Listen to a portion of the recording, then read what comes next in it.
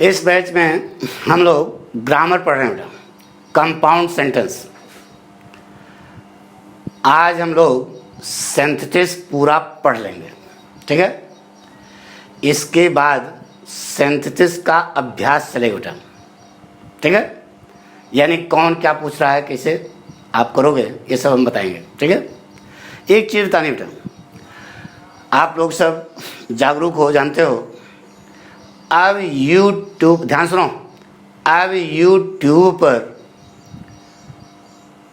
Direct आप पाठक के episode नहीं देख पाओगे, ठीक है। इसके लिए, देखने के लिए आपको साइट पर जाना पड़ेगा, ठीक है। और वहाँ से आप रजिस्ट्रेशन कराएं तो सारा कोर्स आपको मिलेगा, ठीक है। अभी तो जैसे जहाँ तक हम पढ़ाएं वो तो पूरा मिलेगा, आगे रोज़ नई नई कक्षाएं जो जुड़ रही हैं वो आपको मिलती रहेंगी। तो आप जब मन चाहो तब देख सकते हो, ठीक है। उसके लिए फीस निर्धारित की गई है, हमारे सामने देखोगे उस पर फीस लिखा होगा। अभी पूरे कोर्स के लिए फीस रखी गई है। 2-1 दिन में हम उसको मंथ वाइज, जैसे आप फीस नहीं जमा करते हो यार, उसी प्रकार से हम उसको सेट कर देंगे, ठीक है। कि पहले वॉल्यूम लोगे तो कितना, यानी मंथ वाइज हम उसको सेट कर देंगे। मंथली आपको फीस जमा करनी पड़ेगी, जैसे कोचिंग में जमा करते थे यार। अगर एक साथ लेना चाहते हो तो दैट इज़ बेस्ट।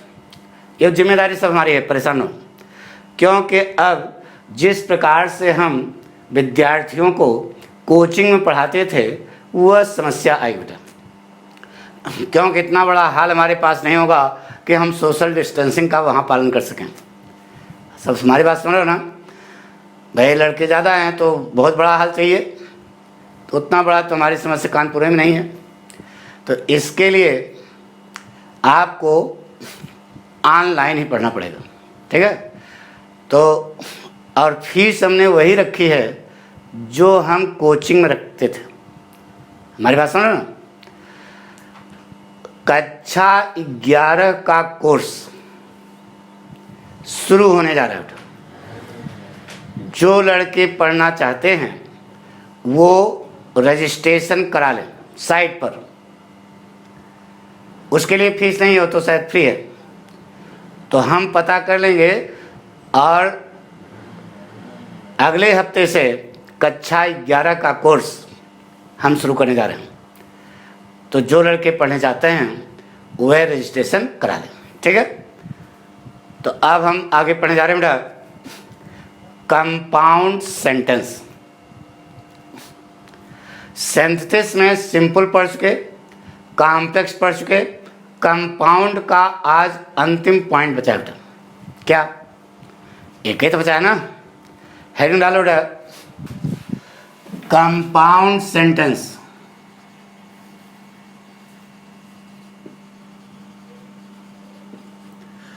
साफ साफ दिखाई दे रहा है कि नहीं? एक लड़के ने कहा गुरुजी, कमेंट भेजा कि गुरुजी सिंथेसिस कब शुरू करोगे? अरे यार सिंथेसिस खत्म होने जा रही है, आज जो है हम ख़त्म कर देंगे इसको। तो आपको इसीलिए कह रहे हैं कि साइट पर जाइए और रजिस्ट्रेशन कराइए, फीस जमा करिए।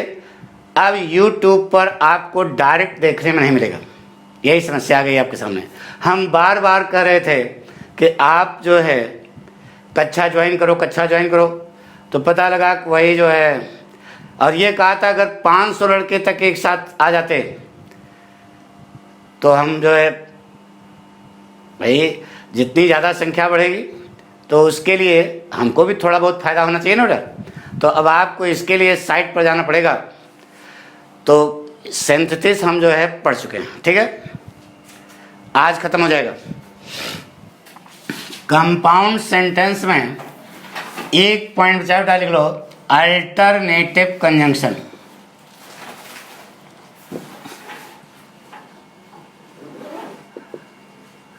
अल्टरनेटिव माने होता है बेटा चयन सूचक संयोजक। चयन सूचक माने चुनाव की सूचना देने वाला। चयन सूचक माने चुनाव की सूचना देने वाला। अब समझो, दो वाक्य होंगे तो दो वर्ब होंगी।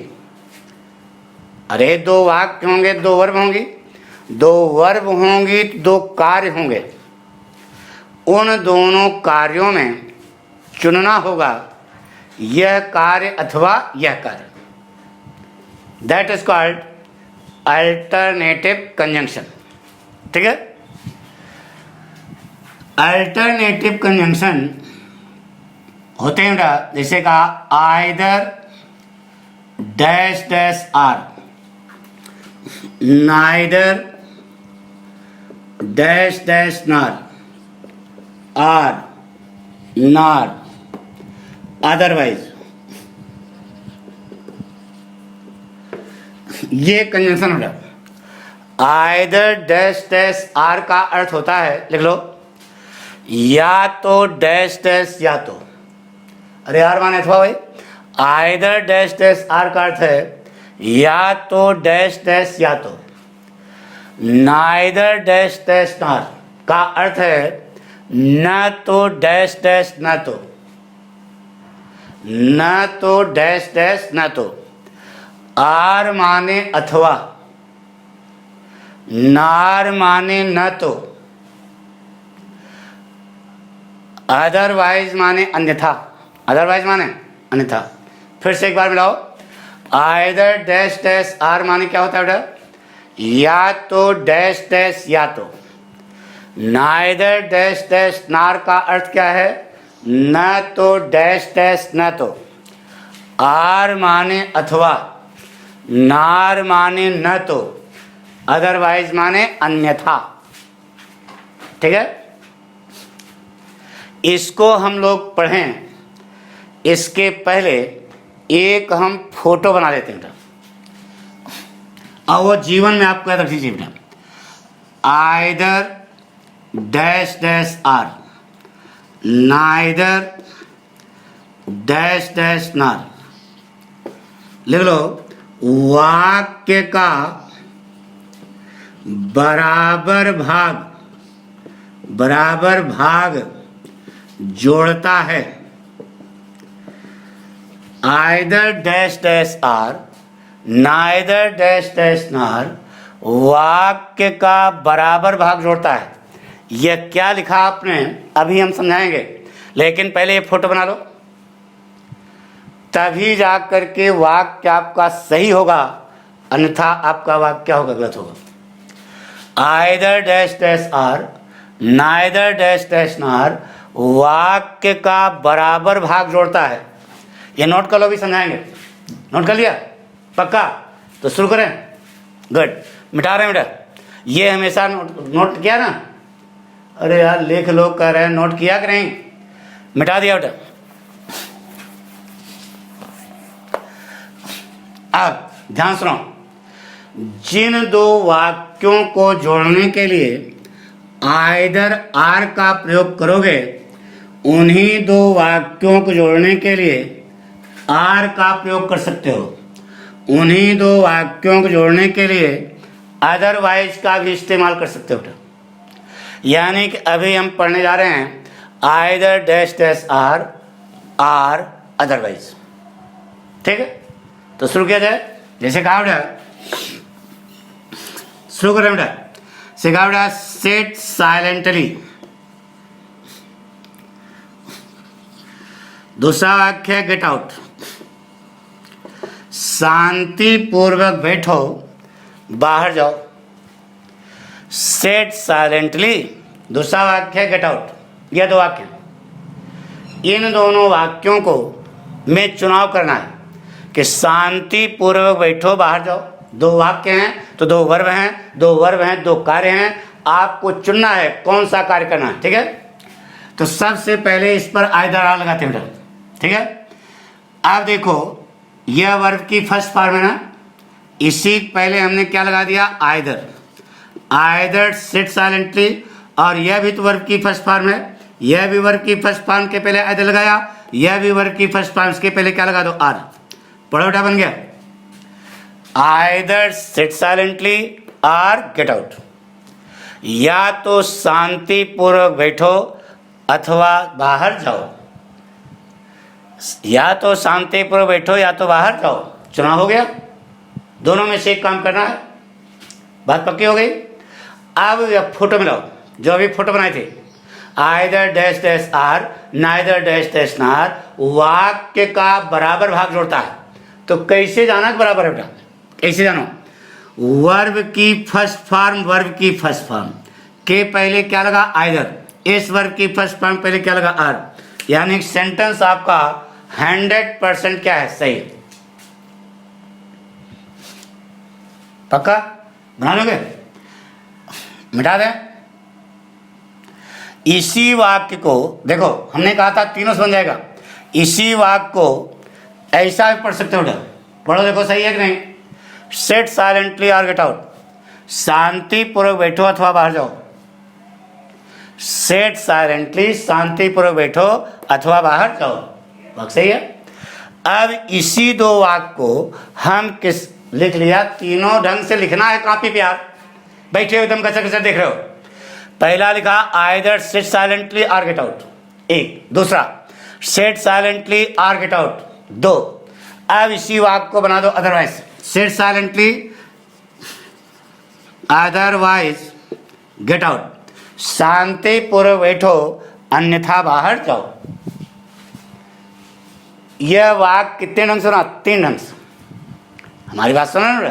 तो इस प्रकार से आपको ऐसा नहीं कि एक से आ गया बाकी छोड़ दो। आपको सब कुछ आना चाहिए बेटा। आप पाठक से पढ़ रहे हो, अब पाठक ने आपको वादा किया है कि पाठक से पढ़ोगे तो एनडीए के लेवल पे हम ले चलते बेटा। एयरफोर्स, बैंक, एसएससी, सब के लिए आप नहीं। आइदर के बाद आर लगता है, अरे यार वो तो कंजंक्शन है, उसमें क्या तुम either dash dash or, neither dash dash nor, or nor otherwise. तो ये बताने की जरूरत है कि आइदर के बाद आर ही लगे, तो कंजंक्शन है। जब आइदर लगा तो आगे आर लगेगा ही। बात पक्की? मिटा दें। इसे कहा बेटा वर्क हार्ड, कठिन परिश्रम करो। You will fail in the exam. ये दो वाक्य बेटा। कठिन परिश्रम करो, तुम परीक्षा में फेल हो जाओगे। बना दो दोनों, दो कठिन परिश्रम और फेल होने में है। तो यह आइदर आर से बनाना, क्योंकि आइदर आर से वाक्य का बराबर भाग जोड़ना चाहिए। बराबर भाग है नहीं तो क्या लगाओगे? वर्क हार्ड और you will fail in the exam. कठिन परिश्रम करो अथवा तुम परीक्षा में क्या हो जाओगे? फेल हो जाओगे। अब इसी, सही बेटा, परेशान हो, इसी वाक्य को आप अदरवाइज सुना दो बेटा। बोलो क्या बना? Otherwise work hard, otherwise you will fail in the exam. Either or से क्यों नहीं बनाओगे? क्योंकि आइदर आर से वाक्य का बराबर भाग नहीं है, इसलिए यह वाक्य आइदर आर से तुम लोग ना बनाना। बात पक्की? तो ये दो ढंग से बना, जैसे कहा बेटा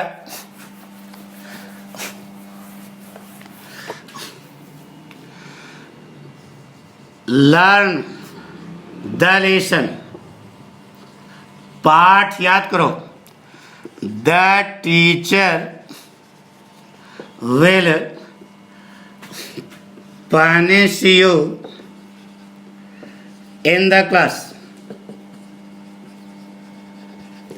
ये लिखा बेटा, पाठ याद करो, अध्यापक कक्षा में तुम्हें बुक देगा।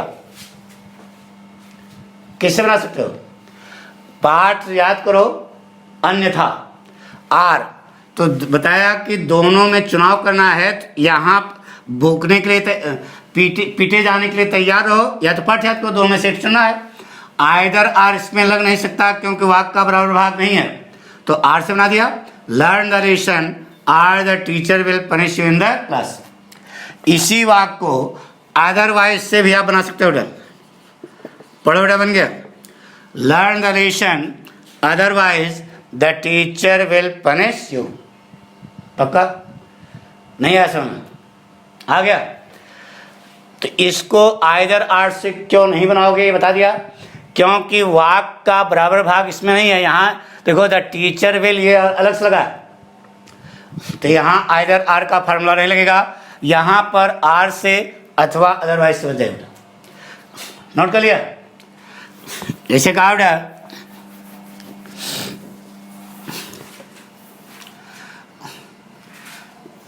बी पंक्चुअल इन फ्यूचर, भविष्य में पंक्चुअल हो। दूसरा वाक्य है लीव द जॉब, नौकरी छोड़ दो। बी पंक्चुअल इन फ्यूचर, भविष्य में क्या रहो? पंक्चुअल रहो, अन्यथा नौकरी क्या कर दो? छोड़ दो। तो जो अब ये देखो, बी वर्ब की फर्स्ट फॉर्म, लीव वर्ब की फर्स्ट फॉर्म, ठीक है? लगा दो either be punctual in future or leave the job. एक बन गया, या तो भविष्य में पंक्चुअल रहो अथवा नौकरी क्या कर दो? छोड़ दो। अब देखो नोट कर लिया कि नहीं? अब इसी वाक्य को हम लोग आर से बनाएंगे। पढ़ो, बन गया बेटा, be punctual in future or leave the job. दो बन गया। इसी वाक्य को अदरवाइज से बना दो बेटा, अदरवाइज। पढ़ो बेटा, बन गया B punctual in future otherwise leave the job. तीन ढंग से वाक्य बना रहे हैं। आपको समझ में सारी बात आ रही है कि नहीं बेटा? आ रही है? अरे यार नहीं आ रही है तो पाठक की गलती है, तुम्हारी गलती नहीं है। कैसे पढ़ा रहे हो लंठो गुरुजी, कैसे पढ़ा रहे हो? हमको समझ नहीं आ रहा। तो हम आपको फिर से एक बार बताते हैं। कितने वाक्य होंगे? 2 वाक्य। वर्ब कितनी होंगी? 2। कार्य कितने होंगे? 2। दोनों कार्यों में चुनना होगा, यह कार्य अथवा यह कार्य। वही तो है अल्टरनेटिव कंजंक्शन, चयन सूचक संयोजक। तो चुनाव कर लिया, वाक्य बन गया B punctual in future otherwise leave the job. से कहा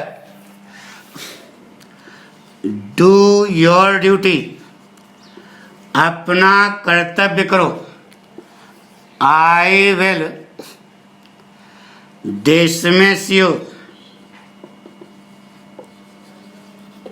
डू योर ड्यूटी, अपना कर्तव्य करो, मैं तुम्हें डिसमिस कर दूंगा। अब बताइए आइदर आर से बनेगा? नहीं बनेगा। आइदर आर में बराबर भाग होना चाहिए, बराबर भाग यहाँ है नहीं, इसलिए आइदर आर का फार्मूला यहाँ कट, आर से बना दो। अरे दोनों में चुनाव करना है, आर लगा दो। Do your duty are I will dismiss you, अपना कर्तव्य करो अन्य अथवा मैं तुम्हें डिसमिस कर दूंगा। इसी 2 वाक्य को जोड़ने के लिए अदरवाइज लगा सकते हो बेटा। अरे बहुत सरल समझा रहे हैं यार, पाठक पढ़ाते हैं तो गधा का अंग्रेजी आती है, तुम तो मनई का बच्चा हो, तुमको तो आएगी यार। पढ़ देखो सही है कि नहीं? लकीर फकीर नहीं बनना बेटा, कॉन्फिडेंस आपके अंदर आना चाहिए। Do your duty otherwise I will dismiss you, अपना कर्तव्य करो अन्यथा मैं तुम्हें निकाल बाहर करूंगा। पक्का? सिखाओ बेटा, B aware of the dog, कुत्ते से सावधान रहो। दूसरा वाक्य है इट विल बाइट यू, यह तुम्हें चबा लेगा। कुत्ते से सावधान रहो, यह तुम्हें चबा लेगा। अरे काट लेगा यार, बाइट में काटना। अब बताइए आइदर आर से इसको बना पाओगे? नहीं बना पाओगे, क्योंकि वर्ब का बराबर वाक्य का बराबर भाग नहीं है। तब ऐसी स्थिति में आप किससे बनाओगे? आर से। Be aware of the dog or it will bite you, कुत्ते से सावधान रहो अथवा यह तुम्हें चबा लेगा, काट लेगा। पक्का? आर की जगह आप अदरवाइज लगा दो, अदरवाइज। पढ़ो बेटा, बन गया। Be aware of the dog, otherwise it will bite you. कुत्ते से सावधान रहो, अन्यथा यह तुम्हें चबा लेगा। कोई कठिन हो तो बता दो बेटा। आ रहा है सुन, पक्का? मिटा दें? गुड। जैसे कहा बेटा, लर्न योर लेसन, अपना पाठ याद करो। दूसरा वाक्य है स्विच ऑफ द बल्ब,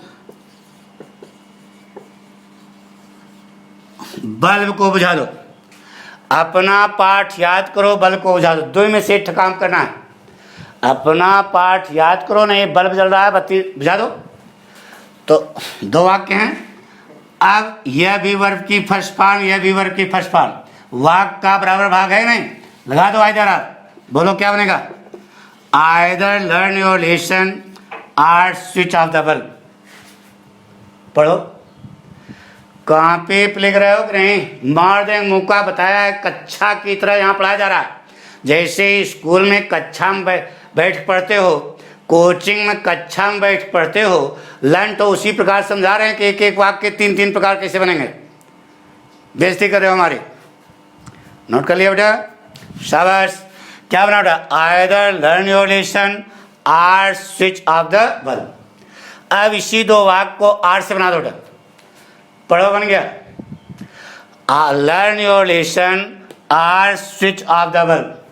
अपना पाठ याद करो अथवा बल्ब बुझा दो। अरे स्विच ऑफ की स्पेलिंग OFF। आप सही लिखना, स्विच ऑफ द बल्ब बना दिया।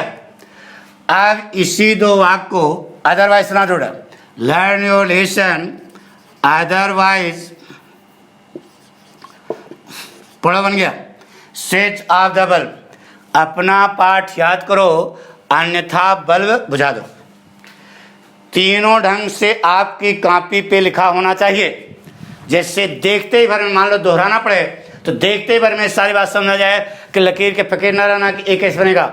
यह जो है तीन ढंग से वाक्य बना। पक्का? एक बना either learn your lesson or switch off the bulb. दूसरा बना learn your lesson or switch off the bulb. तीसरा बना learn your lesson otherwise switch off the bulb. पक्का? मिटा दें? गुड। जैसे कहा बेटा,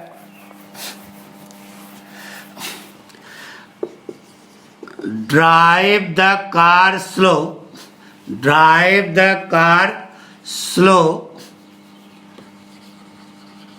on the road, drive the car slow on the road. दूसरा वाक्य है द एक्सीडेंट विल हैपन, दुर्घटना हो जाएगी। सड़क पर गाड़ी धीमी चलाओ, दुर्घटना हो जाएगी। दो कार्य हैं, चुनना है। तो drive the car slow on the road, the accident will happen. बताइए यह वाक्य कायदे अर्थ बनेगा? वाक्य का बराबर भाग नहीं है तो यह यहाँ पर आइदर आर न लगाना, यहाँ पर लगा दो आर, अदरवाइज दोनों समझ जाएगा। Drive the car slow on the road or the accident will happen. सड़क पर गाड़ी धीमी चलाओ अथवा दुर्घटना हो जाएगी। इसी वाक्य को आप अदरवाइज बना सकते हो। पढ़ो बेटा, बन गया। Drive the car slow on the road otherwise the accident will happen. सड़क पर गाड़ी धीमी चलाओ अन्यथा दुर्घटना हो जाएगी। पक्का? मिटा दे। जैसे कहा बेटा, वॉक फास्ट, तेज चलो। दूसरा वाक्य है यू विल मिस द बस, तुम्हारी बस छूट जाएगी। तेज चलो, तुम्हारी बस क्या हो जाएगी? छूट जाएगी। चुनना है। बताइए आइदर आर बनेगा? वाक्य का बराबर भाग नहीं है, इसका मतलब आइदर आर यहां नहीं लगेगा, यहां लगेगा आर अथवा अदरवाइज। क्या लगा बताओ? Walk fast or you will miss the bus, तेज चलो अथवा तुम्हारी गाड़ी क्या हो जाएगी? छूट जाएगी। आर की जगह किससे बना सकते हो बेटा? अदरवाइज से। पढ़ रहे हो कि तमाशा देख रहे हो? पढ़ रहे हो ना? हाँ, बेइज्जती ना करना, समझ रहे हो बेटा? पाठक पढ़ने का मतलब कि गर्व से कहो कि पाठक के शिष्य हैं। एक एक पॉइंट क्लियर है, चाहे तुम्हारा यूपी बोर्ड हो, चाहे सीबीएसई बोर्ड हो, ग्रामर है बेटा, चाहे या किसी भी प्रकार का कंपटीशन है, ऐसी क्षमता आपके अंदर आ जाएगी कि कोई भी युद्ध होगा, कोई भी परीक्षा होगी, आपकी तलवार, दिमाग रूपी तलवार चौकस चलेगी। और जब तलवार चौकस चलेगी तो युद्ध क्षेत्र में जो है सफलता मिलेगी। पक्का कॉन्फिडेंस रखो। देखो बेटा बन गया, walk fast otherwise you will miss the बस। कोई कठिन है क्या? मिटा दें? मिटा रहे हैं। जैसे कहा बेटा, तो ये आइदर आर अदरवाइज समझ आ गया? 8 और अदर बोल देता हूँ। से कहा बेटा, sing a sweet song in the function. उत्सव में एक मधुर गीत गाओ। दूसरा वाक्य, पे रुपीज 500 एज फाइन। जुर्माने के रूप में 500 रुपये अदा करो। Sing a sweet song in the function. उत्सव में एक मधुर गीत गाओ। पे रुपीज 500 एज फाइन। देखो बेटा, यह तीनों से बन जाएगा। वर्ब की फर्स्ट फॉर्म, वर्ब की फर्स्ट फॉर्म, बराबर भाग है। बराबर भाग हो तो आइदर आ लग जाएगा। Either sing a sweet song in the function or pay rupees 500 as fine. या तो उत्सव में एक मधुर गीत गाओ, या तो 500 रुपया जुर्माना भरो। या तो आ गया, पक्का हो गया। पहला नोट कर लो, नोट कर लिया। Either sing a sweet song in the function or pay rupees 500 as fine. अब इसी दो वाक्य को हम आर से बना रहे हैं। आर से देखो बन गया कि नहीं? Sing a sweet song in the function or pay rupees 500 as fine. उत्सव में एक मधुर गीत गाओ अथवा 500 रुपया जुर्माना भरो। अरे यार समझा ना? अब इसी लिख रहा है दोनों। तीसरा वाक्य, इसी वाक्य को आप अदरवाइज सुना सकते हो। पढ़ो, sing a sweet song in the function otherwise pay rupees 500 as fine. उत्सव में एक मधुर गीत गाओ अन्यथा 500 रुपया जुर्माना भरो। पक्का? तो एक दो वाक्य हम तीन ढंग से बना रहे हैं। तो आप लकीर का फकीर न रहना कि एक से आ गया तो बाकी छोड़ दें। आपको हर पॉइंट क्लियर होना चाहिए बेटा। योग्य बनो यार, क्षमता आ रही चाहिए आपके अंदर। अब इंटर के बाद कोई ग्रामर नहीं होती बेटा। जो तुम्हारा एक कंपटीशन वगैरह पूछा जाता है ना, अगर आपने इंटरमीडिएट कक्षा 11 और कक्षा 12 सही ढंग से अध्ययन किया है तो अंग्रेजी के लिए आपको कोई भी कंपटीशन कठिन नहीं लगेगा, कोई भी परीक्षा आपको कठिन नहीं लगेगी। लेकिन अगर नहीं पढ़ा है तो वही समस्या। तो आपके अंदर अयोग्यता है, फार्म भरते हो, सिलेक्शन नहीं होता। तो कंपटीशन लेवल पर चलो बेटा। यूपी बोर्ड तो अपने आप ही तुम्हें सब आएगा। बहुत सरल है यार यूपी बोर्ड। अब तो आजकल नंबर का फैशन है, नंबर मिलता है। हमारे ज़माने में नहीं मिलता था, लेकिन आजकल तो फैशन है। तो पास तो होने हैं। यूपी बोर्ड के लिए ना पढ़ो, अपने आप को योग्य बनाओ,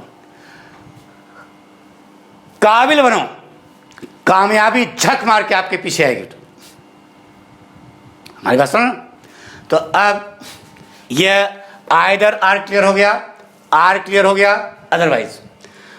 अब हम आगे पढ़ेंगे। नाइदर डैश डैश नार नार, यह पढ़ना है। ठीक है? कुछ सिखाए? अच्छा बताओ बेटा, विद्याधन आलय बराबर क्या होता है? अरे यूपी बोर्ड के हो इतना तो मालूम होगा यार। विद्याधन आलय बराबर विद्यालय। तो इधर देखो, नो धन आइदर बराबर नाइदर, नो धन आइदर बराबर नाइदर, नो धन आर बराबर नार, दीर्घ संधि, नो धन आर बराबर नार। मतलब क्या हुआ? इसी आइदर में नो लग गया है, एस आर में नो लग गया है, तो बन गया है नाइदर डैश डैश नार। तो अब दिमाग लगाओ, यह लगेगा कब? यह कंजंक्शन तब लगेगा जब आपके सामने दो वाक्य होंगे और दोनों निगेटिव होंगे। दो वाक्य होंगे, दोनों क्या होंगे? निगेटिव होंगे, तभी जा करके यह फार्मूला लगेगा। पक्का? क्या? अरे नो धन आइदर बराबर नाइदर और नो धन आर बराबर नार, यह पढ़ने जा रहे हैं। यह फार्मूला कब लगेगा बताया? जब आपके सामने दो वाक्य होंगे, दोनों निगेटिव होंगे और कहा जाएगा कंपाउंड बनाइए, तो खट से ही नियम लगा देना पड़ेगा। पक्का? जैसे कहा बेटा, she did not cook the food, she did not cook the food. दूसरा वाक्य है she did not wash the clothes. यह दो वाक्य। उसने खाना नहीं पकाया, उसने कपड़े नहीं धोए, यह दो वाक्य। ठीक है? इन दोनों वाक्यों को जोड़कर एक वाक्य बनाना है, वो भी कंपाउंड, सिंपल नहीं, कॉम्प्लेक्स नहीं। क्या? कंपाउंड बनाना है। अब देखो तुम्हारे सामने दोनों वाक्य निगेटिव है बेटा, तो इसको बनाने के हम आपको तीन रास्ते बताते हैं और तीनों सही है बेटा। पहला समझे? इधर देखो, इन दोनों वाक्यों में पहले आप कॉमन लें। कॉमन लेना मालूम ना? अरे यार अंग्रेजी में कॉमन लेना सिखाया। बताइए बेटा, इन दोनों वाक्यों में क्या क्या कॉमन है? She did not, she did not नहीं बेटा, ध्यान रहे। इसका मतलब आपने पाठक से टेंस नहीं पढ़ा है। टेंस पढ़ना भी जरूरी है।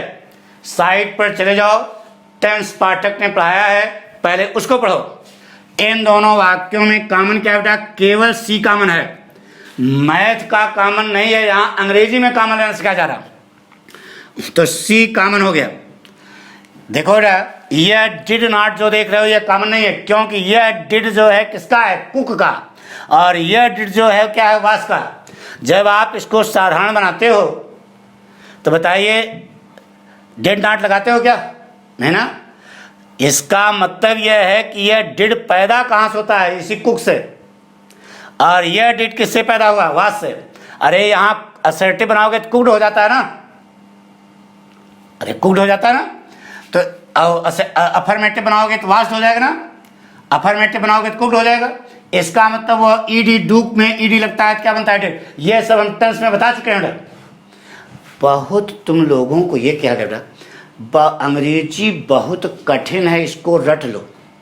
इसी प्रकार से कह करके जिंदगी में आपको दबा दिया गया कि अरे यार अंग्रेजी बहुत कठिन है। बहुत सरल है बेटा, लेकिन जब सारे कंसेप्ट क्लियर होते हैं तब। वह कंसेप्ट हम आपको क्लियर कर रहे हैं। तो हमने आपको बताया बेटा, इन दोनों वाक्यों में केवल सी कॉमन है, डिड नॉट कॉमन नहीं है। तो सी कॉमन ले लिया। इस नॉट के लिए लगा दो नाइदर, लगा दिया, नाइदर लगा दिया। तो जब नॉट के लिए नाइदर लगा दिया तो डिड अपने आप कुक में चला जाएगा। यह डिड अपने आप कहां चला जाएगा? कुक में। तो कुक का क्या हो जाएगा? कुक्ड। हमारी बात सुनो ना, सी कॉमन हो गया। नॉट के लिए लगाया नाइदर, तो नॉट के लिए नाइदर लगाया ना, तो यह डिड अपने आप कुक में चला जाएगा। डिड पास्ट फॉर्म है, इसका मतलब कुक का क्या हो जाएगा? Past form. तो सी नाइदर कुक्ड द फूड। और इस नॉट के लिए, सी तो कॉमन हो गया ना, तो इस नॉट के लिए लगा दो क्या? नार।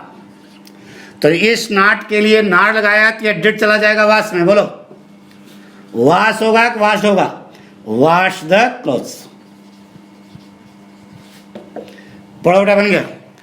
तो सी कॉमन था, ये ब्रैकेट में दिया गया। अंग्रेजी में ब्रैकेट लगता है क्या? नहीं, मिटा दो बेटा। कॉमन लेना सीख गए। She neither cook the food nor wash the clothes, एक वाक्य बन गया। अब इसी दो वाक्य को हम बिना कॉमन लिए हुए बनाते बेटा, बिना कॉमन लिए हुए। आपको कहीं सिखाया था निगेटिव अथवा निगेटिव एडवर्ब यदि वाक्य के शुरू में आते हैं तो वाक्य इन्वर्जन स्टाइल हो जाता है। कौन से स्टाइल? Inversion style. तो इस ये देखो बेटा, यह नाइदर नॉट जो यहां लगा रहे हो, यह निगेटिव एडवर्ब है, वर्ब के लिए आ रहा है ना। तो इस नॉट के लिए वाक्य के शुरू में लगा दिया क्या? नाइदर लगा दिया। अब आगे का वाक्य इन्वर्जन स्टाइल कर दो। इन्वर्जन स्टाइल में डिड जो है सी के पहले आ जाएगा। Did she cook the food ना, और इस नॉट के लिए लगा दो क्या? नार। नार लगा दिया, नार लगा दिया। तो अब इन्वर्जन स्टाइल का डिड चला जाएगा सी के पहले, क्या हो जाएगा? Nor did she wash the clothes.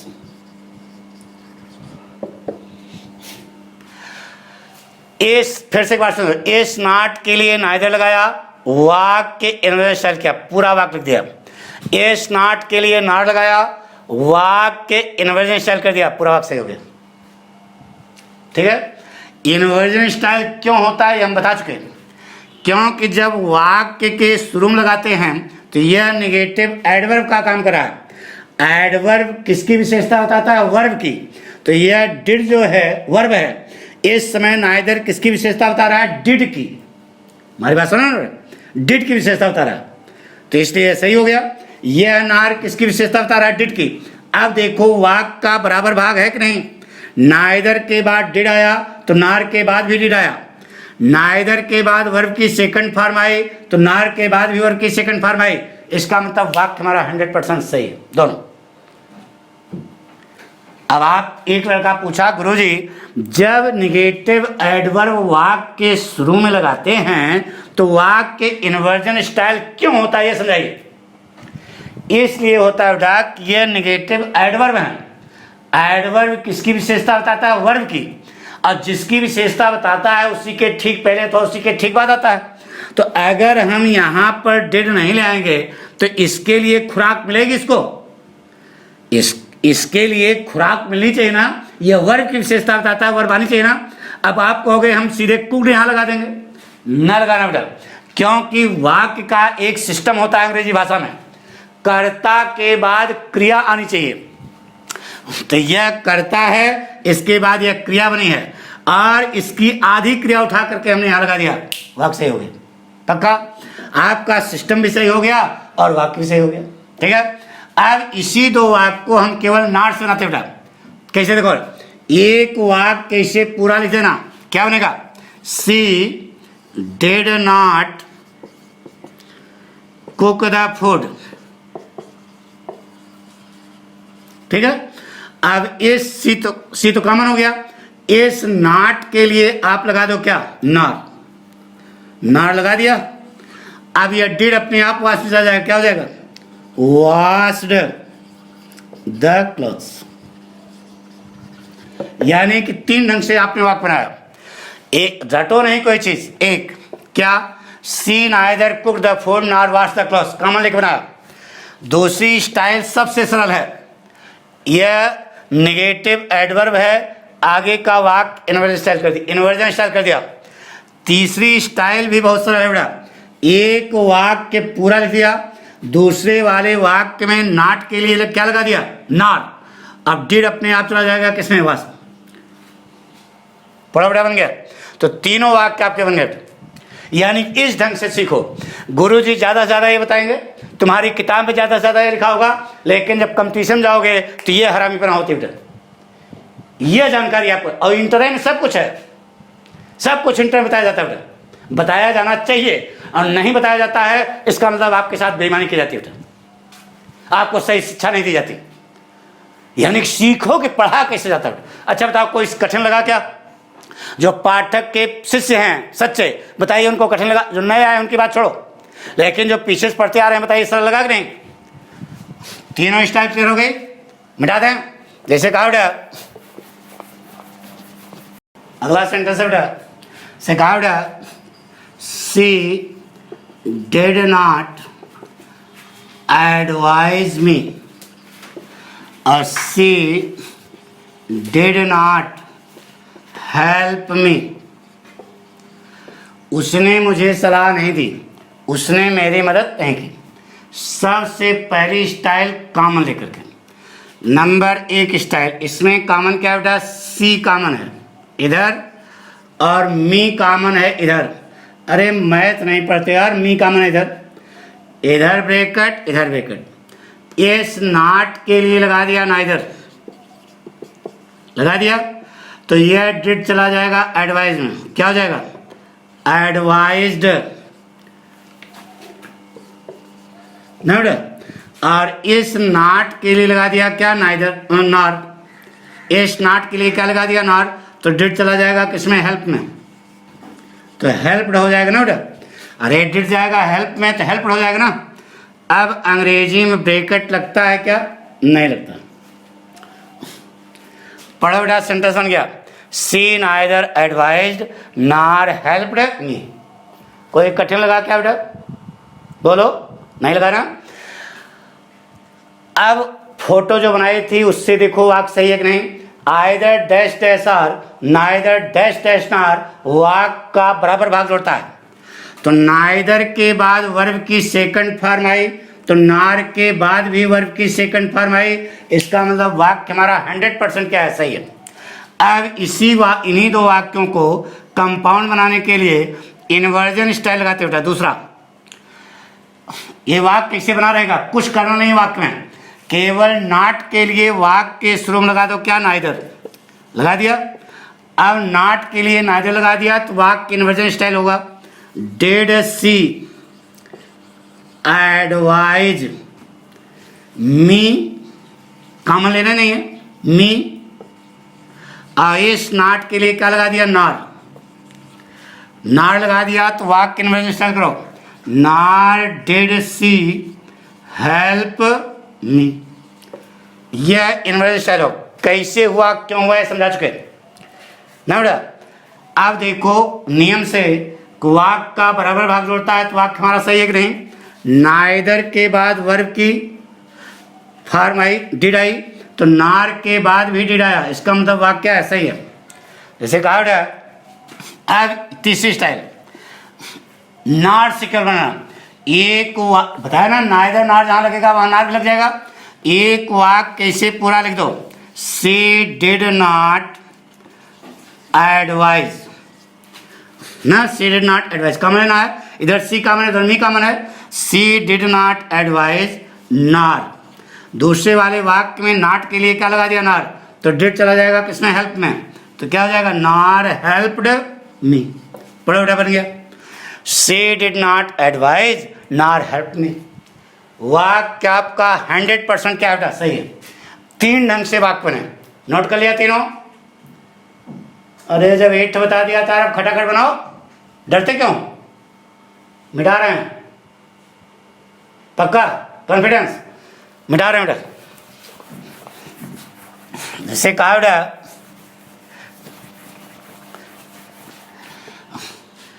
he was not punished, he was not punished, वाक्य पश्चिम ऐसा, he was not fined in the class,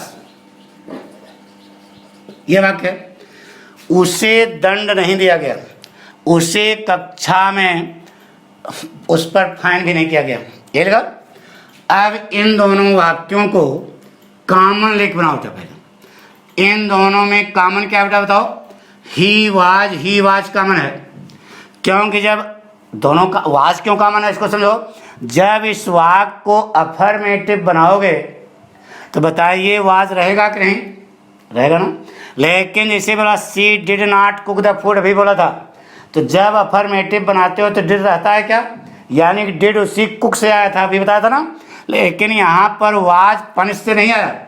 इसका मतलब इन दोनों वाक्यों में कॉमन क्या है, ही वाज कॉमन ले लिया, पहले स्टाइल है ही वाज कॉमन ले लिया। इस नॉट के लिए लगा दो नाइदर, नॉट के लिए नाइदर लगा दो, बताओ क्या होना, पनिश्ड। और इस नॉट के लिए क्या लगा दो, नॉर, फाइंड, नोट। और जो बचा आगे लिख दो इन the class, in the class. पढ़ो बेटा, बन गया। He was neither punished nor find in the class. अब इन्हीं दो वाक्यों को इन्वर्जन स्टाइल सुनाओ। हम नहीं बताएंगे, खट सुनाओ, हम नहीं बताएंगे। बना लिया, बना लिया। अब हम लिख रहे हैं, मिलाओ। Neither was he punished nor was he fined, यही तो होगा, nor was he fined in the class। ठीक है। अब देखो इधर, नाइदर के बाद वर्ब की थर्ड फॉर्म, नार के बाद भी वर्ब की थर्ड फॉर्म, वाक्य सही है। नाइदर के बाद वाज आया, नार के बाद वाज आया, वाक्य आपका क्या सही है। अब इन्हीं दो वाक्यों केवल नार से बनाओ। एक वाक्य पूरा, he was not punished, he was तो कॉमन ही है, nor find in the class, वाक्य सही। तीनों ढंग से बना लिया, पक्का नहीं ऐसा मिटा दें। एक तो कॉमन लेख बनाया, दूसरा इन्वर्जन स्टाइल बनाया, तीसरा केवल नार बनाया। एक वाक्य पूरा दिया नार लगा करके, ही वाज तो कॉमन ही था, ही वाज कॉमन था, नार पनिश्ड, नार फाइंड इन द क्लास। पक्का नोट कर लिया, मिटा रहे हैं बेटा।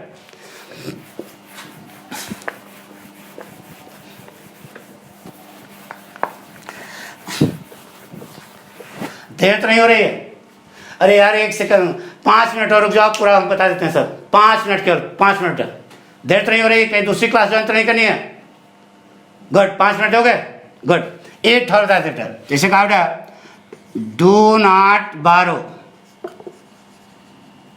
डू नॉट बारो, और दूसरा वाक्य है do not land the money. ये दो वाक्य, ठीक है। अब नाइदर नॉट सुनाओ। इस नॉट के लिए क्या लगा दो, नाइदर लगा दिया। और जब नॉट के लिए नाइदर लगा दिया तो डू अपने आप चला जाएगा किसमें, बारो में। नाइदर बारो ही रहेगा ना, अरे फर्स्ट फॉर्म में, फर्स्ट फॉर्म जाएगी बारो, नाइदर बारो। और इस नॉट के लिए लगा दो क्या, नॉर, यह डू चला जाएगा लैंड में, नार लैंड द मनी। एक बन गया। अब देखो, इस वाक्य को आप इन्वर्जन स्टाइल से नहीं बना सकते हो, क्योंकि पीछे पढ़ा चुके इंपरेटिव सेंटेंस का इंट्रागेटिव स्टाइल होते नहीं। तो जब इंट्रागेटिव स्टाइल नहीं होता है तो इन्वर्जन स्टाइल भी नहीं होगा। इसका मतलब फार्मूला नंबर 2 यहाँ पर फेल है, लेकिन नॉट से केवल बन जाएगा बेटा। एक वाक्य इसे पूरा लिख दो, डू नॉट बारो, डू नॉट बारो, नॉर लैंड द मनी। इसके बनाने केवल 2 रास्ते हैं, क्योंकि इसमें इन्वर्जन स्टाइल आपका बन ही नहीं सकता बेटा, क्योंकि इंपरेटिव सेंटेंस का इन्वर्जन स्टाइल हो ही नहीं सकता। क्यों नहीं हो सकता? क्योंकि बताइए, इंपरेटिव सेंटेंस का इंट्रागेटिव बनाते हो, इन्वर्जन स्टाइल लिखी कैसे आती है, इंट्रागेटिव स्टाइल से। उसमें कर्ता क्रिया होनी चाहिए, क्रिया तो है लेकिन कर्ता नहीं है। इसका मतलब यह वाक्य इन्वर्जन स्टाइल से न बनाना। पक्का? इतना समझ आ गया? अब देखो बेटा,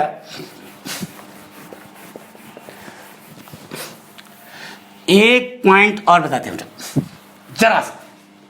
हेडिंग डालो बेटा कॉन्टिन्यूटी सेंस, यानी लोग कॉन्टिन्यूटी सेंस।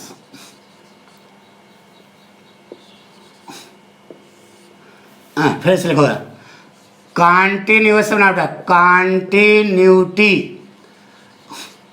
ना बेटा सेंस। ये क्या है? कॉन्टिन्यूटी सेंस, निरंतर यानी कि लगातार। अगर दो वाक्य हैं, दोनों वाक्यों में वाक्य एक ही ढंग से बनेगा, कॉम्प्लेक्स और कंपाउंड दोनों कहा जाता है। समझाते हैं इसे, सिखाओ बेटा।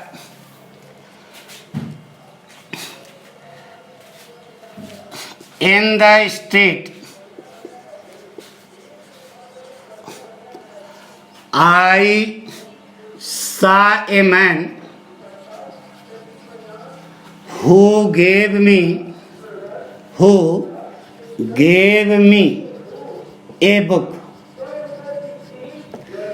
गली में मैं एक आदमी से मिला जिसने मुझको एक किताब दी। ठीक है बेटा, एक वाक्य और लिख देना। I went to Agra, I went to Agra where I saw the Taj। ये दो वाक्य समझाना बेटा। अब ये कॉन्टिन्यूटी सेंस क्या है, इसको आपको समझना पड़ेगा। यह कॉम्प्लेक्स भी है और कंपाउंड भी है। यह सेंटेंस यहां लिख देते हैं, कॉम्प्लेक्स भी है और कंपाउंड भी है। एंड लगा दो। यह दोनों वाक्य कॉम्प्लेक्स भी हैं और कंपाउंड भी हैं। तो कब यह कॉम्प्लेक्स है और कब यह कंपाउंड है, यही समझाना पड़ेगा। गली में मैं एक आदमी से मिला जिसने मुझको एक किताब दी। ध्यान सुनो, इधर एक गली है, इधर से पाठक जा रहे हैं, उधर से एक आदमी आ रहा है। ठीक है, दोनों गली में मिले। अब बिना कुछ बात किए हुए, बिना देर किए हुए उस आदमी ने पाठक को एक किताब दे दी। ठीक, लगातार दोनों कार्य हुए, इसी को कहा जाता है कॉन्टिन्यूटी सेंस। तो जब तुरंत ही उसने किताब दी, इधर से पाठक जा रहे हैं, उधर से आदमी आ रहा है, लगातार दोनों का, इधर से पाठक का जाना, पाठक का आदमी से मिलना और आदमी ने तुरंत किताब दे देना, यह दोनों कार्य लगातार एक साथ हुए। ऐसी स्थिति में कॉन्टिन्यूटी सेंस है। ऐसी स्थिति में यह वाक्य जो है कंपाउंड सेंटेंस कहा जाएगा। क्या कहा जाएगा? कंपाउंड। अब समझो दूसरी स्टाइल, इधर से पाठक जा रहे हैं, उधर से एक आदमी आ रहा, उसके हाथ में किताब है, दोनों गली में मिले और उसके बाद कहे यार चलो चौराहे चाय वे पी लें। तो गए, दोनों चौराहे पे चाय पिए, पान खाए। इसके बाद वो जो मिला था उसने पाठक को एक किताब दिया। इस स्थिति में यही वाक्य बनेगा, लेकिन यह कॉम्प्लेक्स सेंटेंस कहा जाएगा। तब ऐसी स्थिति में क्या कहा जाएगा? Complex sentence. लगातार दोनों कार्य होंगे तब कंपाउंड सेंटेंस कहा जाएगा। तब यहां हु का अर्थ हो जाएगा एंड ही। हु का अर्थ क्या हो जाएगा? And he. In the street I saw a man who gave me a book, या and he gave me a book, दोनों वाक्य सही। आप चाहे हु लगाएं तब भी यह लगातार अगर कार्य होगा, तब ऐसी स्थिति में कॉन्टिन्यूटी सेंस हो जाएगा, तो कंपाउंड सेंटेंस कहा जाएगा। लेकिन कार्य, दोनों कार्यों के बीच में अगर गैपिंग हो गई, लगातार कार्य नहीं हुआ, तो सेंटेंस यही लिखा जाएगा, लेकिन इसे कहा जाएगा क्या? Compound, complex. जैसे I went to Agra where I saw the Taj. पाठक अपनी जेब में 2000 रुपया रखे, गए रेलवे स्टेशन पर, टिकट लिया, पहुंचे आगरा, ट्रेन से उतरे, ट्रेन से उतरे, एक रिजर्व रिक्शा किया, सीधे पहुंचे कहाँ? ताश देखने। तो यह लगातार कार्य हुआ, निरंतर। ऐसी स्थिति में इसे कंपाउंड सेंटेंस कहा जाता है, क्योंकि उस समय वेयर का अर्थ हो जाएगा एंड देयर। वेयर का अर्थ क्या हो जाएगा? And there. लेकिन तब ऐसी स्थिति में क्या कहा जाएगा? Compound sentence. ठीक है। पाठक एक ऑफिस में काम करते हैं। ऑफिस की, अब दूसरी साइड, पाठक एक ऑफिस में काम करते हैं। पाठक को कहा गया आप आगरा जाइए इस काम के लिए, किसी ऑफिस के काम से आगरा भेजा गया।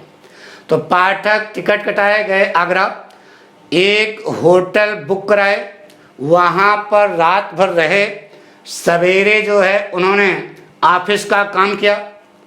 ऑफिस का काम 2 बजे या 12 बजे समाप्त हो गया, 12 बजे तक कर लिया। अब गाड़ी आपको वहाँ से वापसी की 4 बजे मिलनी है। आगरा से फिर कानपुर आने के लिए आपको गाड़ी कितने बजे मिलनी है? 4 बजे। तो अब आपके पास 4 घंटे का समय है, तो कैसे कटे? तो आप गए कहाँ? ताश देखा, तो काम तब हो गया।